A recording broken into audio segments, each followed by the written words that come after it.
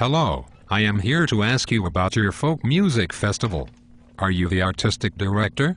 How did you get past the receptionist? Huh?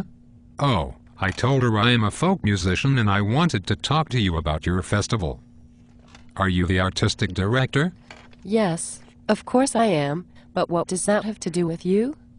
I am a roots and traditional musician and a songwriter, and I was wondering how to apply for a job at your festival this upcoming summer. Roots and traditional? Yes. I play music from the historical roots of modern music and from the musical traditions that have been part of the development of today's folk music. And you say you write songs as well? Are they catchy songs about your dog, or maybe your truck? Are they songs about how your wife left you? No, that would be country music. I write about the history of the people of Canada and the United States. I write songs about social issues that I feel are not properly addressed by modern music. That sounds very political. I would be worried that our audience wouldn't get that. I'm sorry? Also, I don't want people to think too much about what they are hearing. It's better if they just dance and drink a lot of beer at the beer tent. That's what makes a good folk festival. So, how many people are there in your band? Is it a 5-piece band? No, I am a solo musician, but I play several instruments. I sing and I can play the fiddle, banjo, mandolin, bouzouki, and guitar. Electric. No. Acoustic. I think you may remember I told you it was folk music. Oh yes, that's right. I usually stop paying attention when people start talking about that. Okay, so you are a folk musician. Have you spent thousands of dollars to record and produce your own music? Yes, absolutely. Have you paid hundreds of dollars to attend industry functions in places like Memphis and Montreal? Of course. And have you ever performed at an official showcase at any of these industry functions? Yes, several times. The last time I did so, I was very well received. Were you not there? No.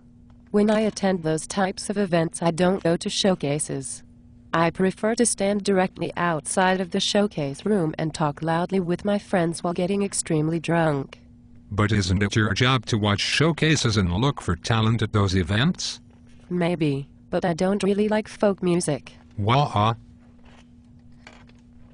Okay, but isn't it just a huge waste of money? What do I care? The organization I work for pays for my flights, my room, my attendance at the conference, and my food while I'm there. Why worry about money? Okay, I guess that just seems strange since I thought that was your job. Clearly it isn't. Clearly. Okay, so back to the original subject. You haven't seen me perform in person, but have you heard my album? I sent you a copy last month. I didn't listen to it.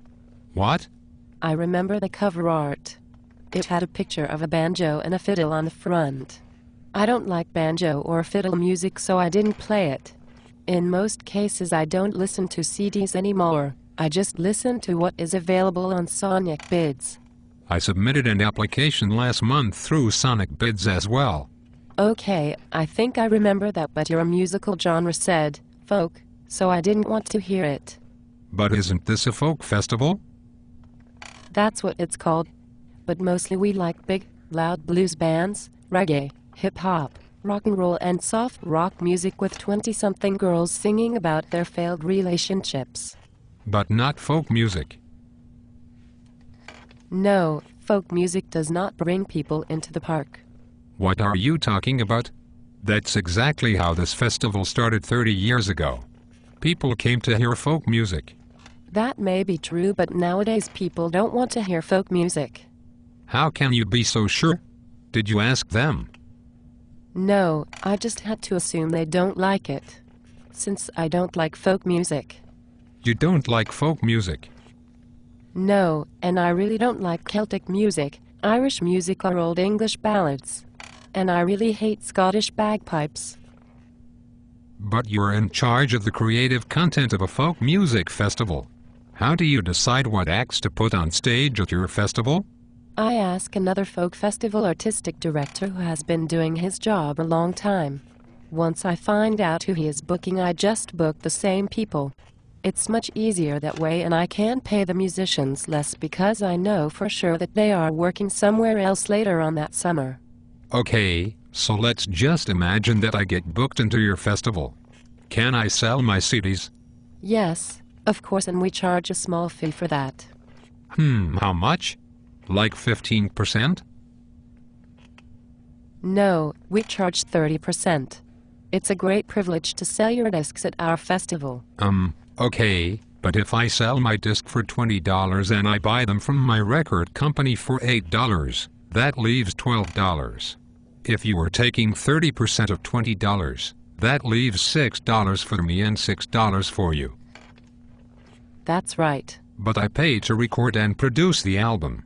Why should you and I get paid the same for totally different work? That's how we do it. You'll just have to deal with it. Anyways, this is irrelevant. I'm not hiring you this year, and I likely won't hire you next year either. Why not? I'm a critically acclaimed musician. That doesn't matter. I don't like folk music.